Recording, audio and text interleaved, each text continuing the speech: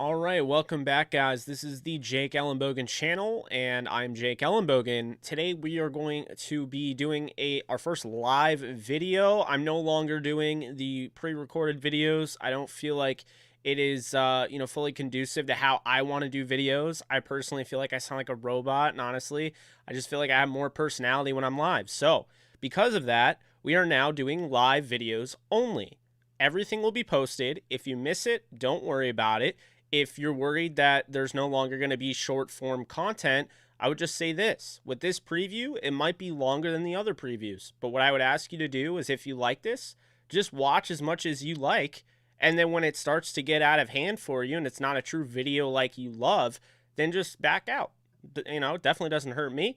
If you like this, if you enjoy my content and haven't already, be sure to subscribe, leave a like and a comment, as well as hit the bell icon. Make sure that you're getting the notifications for this channel whenever I go live, whenever I drop a video. All right, so that's going to be that simple. I mean, I'm done with waiting for YouTube to process my videos. I'm done with recording them ahead of time. There's no reason why I can't go live. So every single video from here on out, until I say otherwise, will be live. So thank you guys for understanding. There's not going to be as much engagement in these type of videos because they are trying to be videos, but it is going to be live. You get to see it. You don't have to wait for me to process it and all of that. So that's why I decided to do that. So let's just dive right into it, right? We're talking about the 6-2 Titans taking on the 7-1 Los Angeles Rams. And I'm really stoked about this game. I know a lot of people are. You look at Sunday Night Football, first off, I think it's the best primetime segment that you could have. If you're playing on Fox or CBS or ESPN, what have you, I don't think anything comes close to hearing Al and Chris on Sunday Night Football. You may not like Chris, but Al is a legend. Al was there, do you believe in miracles? That's the type of guy Al is. So to have those type of guys, announcing the game, I love it personally. I think the NBC presentation is just another level. But let's not worry too much about that, right? Let's talk about the Titans. Let's look at their lineups. So going through it, and there's a lot to unpack here, but we'll just go through the lineups as usual. Ryan Tannehill is the quarterback here. Obviously, no surprise there. The running back, though, we no longer will be seeing Derrick Henry. Henry is injured. He is out for the foreseeable future. So because of that, you're going to be seeing Jeremy McNichols, the former running back for Boise State. He is now going to be the starter. They did just sign Adrian Peterson, and Darius Hilliard is on the practice squad. I would imagine he'll get some run as well. You look at the wide receivers. A.J. Brown has a questionable designation in this game, but surprisingly, the guy that doesn't is Julio Jones, the guy that the Rams actually, were linked to at one point to potentially trade. So you have Julio Jones, you have A.J. Brown, you have Chester Rogers, the former receiver for the Indianapolis Colts, as well as Marcus Johnson, another receiver for the Indianapolis Colts. And on top of that, Nick Westbrook-Ikhine. And former Ram Josh Reynolds really hasn't been much of an impact player in this offense. He's really the sixth guy. He's not really a go-to option. So I wouldn't expect to see much of him, surprisingly, in this game because it just hasn't gone that way. They haven't utilized him. They focused on Nick Westbrook-Ikhine, and they've really started to focus on Chester Rogers and Marcus Johnson. In addition to that, the tight ends, Jeff Swam is now healthy. He is getting the majority of the reps, and he is technically the starter. In addition to that, though, Michael Pruitt is the backup, as well as a guy that they have thought really highly of, but the snap counts haven't been there, and really he's utilized mainly as a receiving threat, and that is Anthony Ferkser. A lot of people, including myself, thought he was going to have a huge season. That has not come to pass. He's been hurt, and on top of that, he is not the blocker that Swam or Pruitt is, and so for that reason, he hasn't been getting the snaps that he deserves or you would think he would have. Looking at the offensive line, a little bit of a shakeup here. You have a guy that you know very well in Roger Saffold playing left guard next to Taylor Lawan, the left tackle. At center, Ben Jones. But at right guard, Nate Davis is out for this game. He suffered a concussion last week, and we did get to see an opportunity for former North Dakota State second round pick, rather, Dylan Ray Dunes, a guy I like a lot coming out of college. He's going to play right guard. And in this one, it looks like David Kessenberry is going to take over at right tackle because Lamb is questionable and likely will not play. On the defensive side of the ball for the Titans, you have Jeffrey Simmons in the interior with Danico Autry, Naquan Jones, Laurel Murchison, and Eli Anku. Looking at the edge pass rushers, you have Harold Landry III, Bud Dupree, and Ola Adani.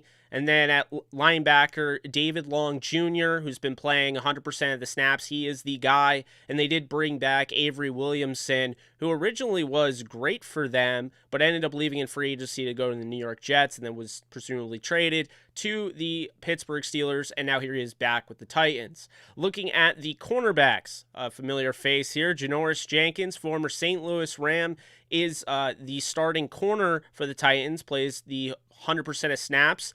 Because Greg Mabin, one of the starters, is out, you're going to be seeing Elijah Molden starting alongside Janoris Jenkins, as well as Chris Jackson, Breon Borders, who's played quite a bit early on in the season.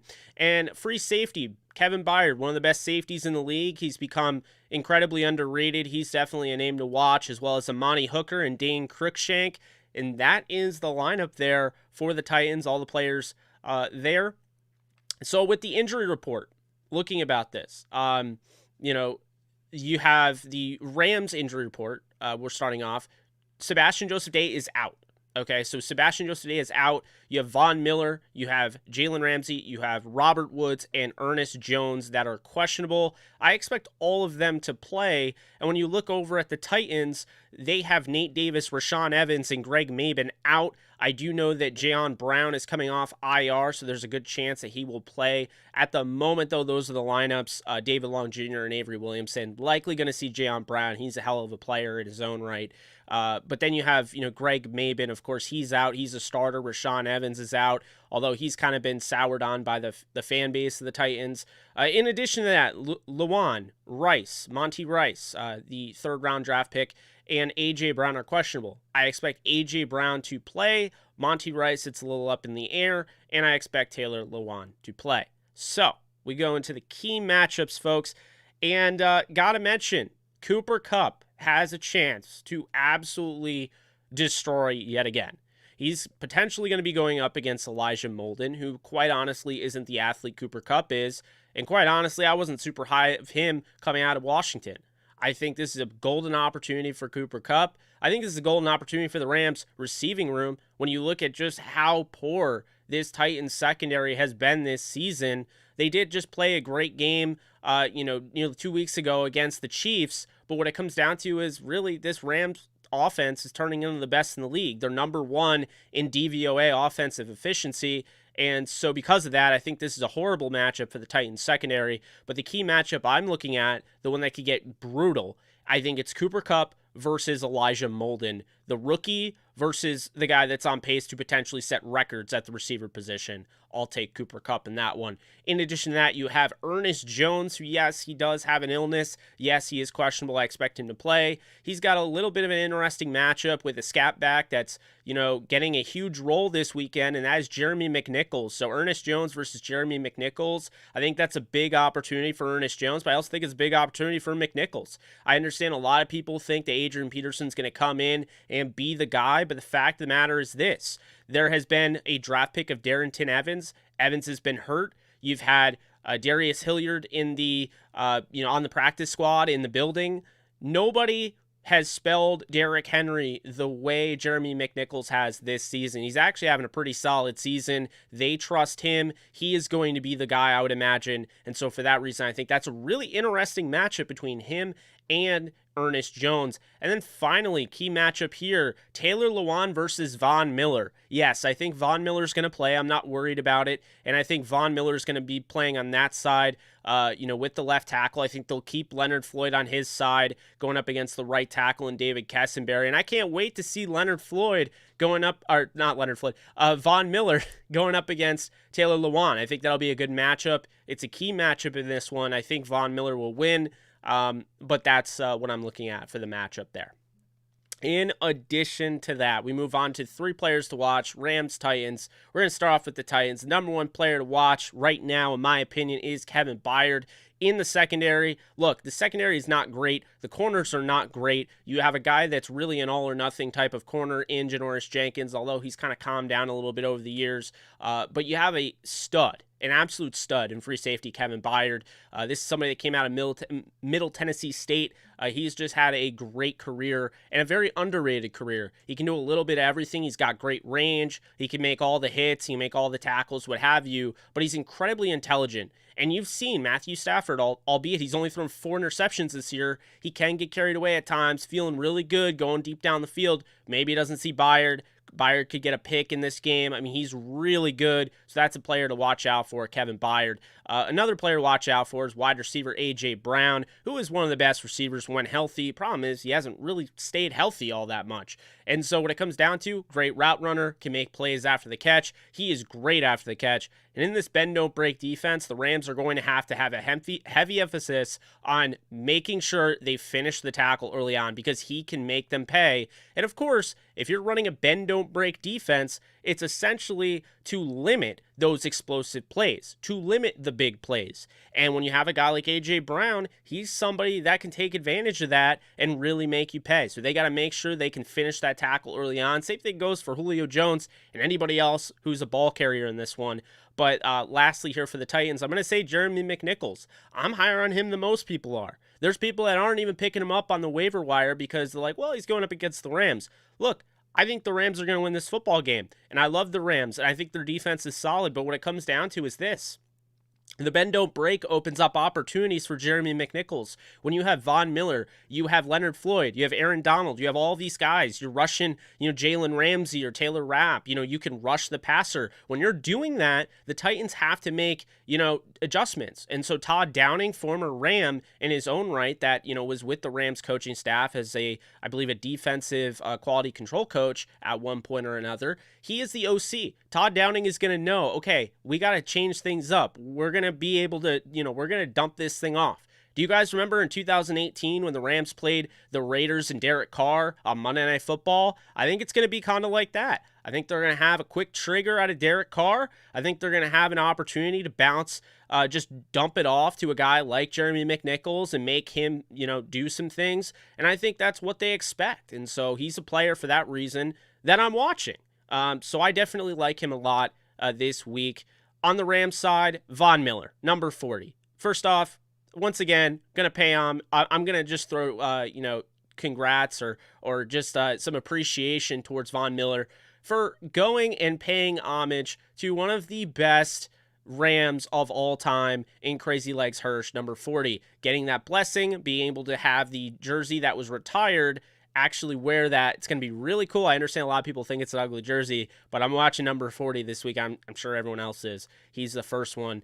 The next one is Darius Williams, who is back from injury. Darius Williams, number 11 on the Rams, is back. So the Rams are starting to get somewhat healthier, albeit they did just lose Sebastian Joseph Day, really unfortunate injury. But the fact that they added Darius Williams back in the secondary, I think is almost a bigger thing because Greg Gaines can make him pay. Greg Gaines just played a dominant performance last week in his first career start. So I'm not worried about Greg Gaines taking over for Sebastian Joseph Day. What I was worried with is Darius Williams coming back, because if he couldn't come back, then you're starting to look at Dante Dion and David Long and Robert Rochelle. One of those guys doesn't have a lot of experience, another guy has hardly any experience, and one guy is a rookie. So it's a lot to put on a young secondary for the most part. Love that Darius Williams is back. That's a good thing there, especially now that surprisingly, Julio Jones doesn't carry an injury designation, but A.J. Brown does. And if both of those guys end up playing, you're going to need 2 corners to be able to do that. So those are the 2 Rams there. And then lastly, Rob Havenstein. You may not realize it, but Rob Havenstein is playing some of the best football any right tackle in the league is playing. He's going to have an opportunity to go up against Harold Landry III, a guy that's a very underrated pass rusher. I feel like doesn't get enough credit. And pretty much when you're in a bad defense like that, you normally don't get credit. But the fact of the matter is that Harold Landry can blow up a game just like Bud Dupree on the other side, going up against, in all likelihood, it's going to be Andrew Whitworth. I think this is definitely a player to watch in Rob Havenstein. Finally, highlight him this week. He's been doing some great things. Hopefully people are noticing it, and they'll notice it this weekend. So that's definitely a player I'm watching. And then in addition to that, we have the predictions, which I know a lot of you guys like, and we're still doing the fun facts and everything, so don't worry about that. The predictions here: Matthew Stafford throws 3 touchdowns. Look, I don't expect Matthew Stafford to throw 5 touchdowns against the secondary, mainly because the Rams just don't throw the ball 50, 60 times a game. If they were to run up the score, if they were to be that type of team, sure, Matthew Stafford could. But I think actually when you really look at it, the Rams want to have more of a balanced attack. You may have seen my graphic that I put up on Twitter, and you may have seen that the Rams don't run the football as much as other teams that Sean McVay has coached 2017, 18, and 19. In the past. However, I think he does want to run the football. And so with that being said, I think that they'll look to have a balanced attack in this one. And so for that reason, I have 3 touchdowns instead of 5 or 6 from what I've seen out of some people out there. Cooper Kupp goes over 150 yards receiving. That's right. That may not seem like a big deal anymore because Cooper Kupp is just so good at this moment. But really, that is a big deal. 150 yards in any game should be a big deal. And I think he does it on prime time. Rams are 2-0 on primetime this season. Cooper Kupp has a chance to have a 4th straight 100-yard game, which would tie his career high. It's a big game for Cooper Kupp. It's a big game for the Los Angeles Rams, 7-1, taking on the 6-2, and currently number 1 place AFC team in the league in the Tennessee Titans. So that's something to keep in mind there. I have Von Miller going over 1.5 sacks, 1.5 sacks plus. So I am getting 1.5 sacks or more. I think Von Miller is going to get to the quarterback. I do think early on that the Titans with Ryan Tannehill's mobility, I think they'll be able to maybe score some, or at least put the yards on the board, so to speak, getting the ball out quickly out of his hand, making the defense over pursue and pay. You'll probably see something along the lines of a slip screen, very similar to what the Lions did with DeAndre Swift. I won't be surprised if that happens at all. But I do think that eventually, as the game wears on, I do think a guy like Von Miller could really start to capitalize, as well as Donald and Floyd. So that's what I have there. And then finally, I have the Rams winning 31-20, which, look, I understand there's some out there that think this is going to be a blowout because Derrick Henry's not there. This is still the same team that beat the Kansas City Chiefs and really shut down Patrick Mahomes. So I understand Patrick Mahomes doesn't play his best football, and I'm definitely a critic of the Chiefs. I don't think they're that great, but there's no doubting that offense. That offense is very explosive. That offense can, turn on a dime, and they really had them handled. So, the craziest thing that would ever happen would be, the Titans shutting down this offense, but I don't think it's as crazy as some people think. This offense is going very well. Things are looking great, but, this is still an offensive-minded coach, and on top of that, or defensive-minded coach, and on top of that, this defense does have weapons where we've seen it before, guys, when, Matthew Stafford threw the interception. Obviously, Deshaun Jackson could have done a better job of fighting for the ball, or at least becoming a defensive back and knocking it away against Arizona. But we saw what that interception did. It changed the game. And then you have a fumble. And that can happen any given Sunday. I'm not saying it will. I have the Rams winning 31-20. But careful for those that are out there thinking this is going to be a cakewalk. The Titans are still 6-2. They're still number 1 in the AFC, and they're not going to be a cakewalk. It's just not going to happen. So I have 31-20 because I think at the end, the Rams will emerge and take over and kind of make the score look a little bit better than it truly was. Won't be surprised if the Rams don't absolutely dominate this game, but also won't be surprised if they absolutely do. This is a team that's coming off their best win, in my opinion, of the year. Is, you can say they didn't finish it all that well, but they had the highest odds during the game. They had the highest win percentage odds the entire season that they've had. So it was clearly their most dominant performance. When they were on. And so that's why I have the Rams 31-20. Moving on to the fun facts here. We have the Rams. They are winning the all-time series, in case you didn't know this, to the Tennessee Titans, 8-5 in that series, including 1 Super Bowl win. Not bad. The last time the Rams did play the Titans, however, it was to clinch an NFC West championship. They went to Tennessee. We all know what happened, the 80-yard touchdown. Todd Gurley, they came up big in that one, 2017. They ended up winning their first NFC title since 2003. Rams are 2-0 in primetime this season. They have 2 more passing touchdowns this season than they did all of last season. Former Rams that are visiting this weekend in SoFi, players that have been, within the organization in all different roles include Janoris Jenkins, Josh Reynolds, Roger Saffold, Jim Haslett, who is the former head coach for the Rams, interim head coach, and he's the linebackers coach for the Titans. And I mentioned earlier the OC Todd Downing, who was originally a defensive quality control coordinator for the Rams back then. Matthew Stafford's 118 passer rating is actually the 8th best through the first 8 games since 1970. So he's having a top 10 quarterback performance, a top 10 quarterback season through the first half of the season, or close to the half of the season. And this goes all the way back to 1970. Really impressed there. Matthew Stafford's playing a whole other level of ball this season. And then lastly here on the fun facts, Cooper Kupp will tie a career high of 4 straight 100-yard games. I probably already mentioned this, if he goes over that mark this weekend. Cooper Kupp's just been unstoppable. I mean, really, that's what it comes down to. But as crazy as it is, he's only ever had 1 1,000-yard season because he's been hurt, and he's had issues getting hurt down the stretch. However, he has a chance to go over 1,000 yards in week 9, which really speaks volumes to the type of player he is. So that is it. The Rams, I have winning 31-20 over the Titans. In fantasy, if you guys have fantasy teams and what have you, I'm very high on the Rams offense this week. I'm very high on Jeremy McNichols in that Titans offense. I think he's going to get the majority of those dump offs. Keep in mind, in a PPR league, all it takes is to get those dump offs. All of a sudden, you're looking at 5-6 catches at 5-6 points there. And then not to mention the yards he will get potentially in this bend don't break defense. So while this defense, I think, can score, this defense will sack Tannehill. This defense will ultimately only hold them to only 20 points in my projection. I still think this defense gives up the yards. And I mean, they do. It happened last week with the Texans. So final score, 31-20. I hope you guys enjoyed. This has been the first live video, so to speak, of just a regular video that I would have done. I hope that you like this more. If you like this format more, please hit the thumbs up button, subscribe, hit the bell icon for any sort of notifications and what have you. And I'm honestly going to consider coming back on live. I just want to make sure that people don't get overwhelmed when they go to click this video later on and are seeing that this is an hour or 2-hour long video. I want to break it up. So I'm going to end this, and then I might go live a little bit later if you guys are interested. Be sure to drop a comment if you are. I will see you guys soon.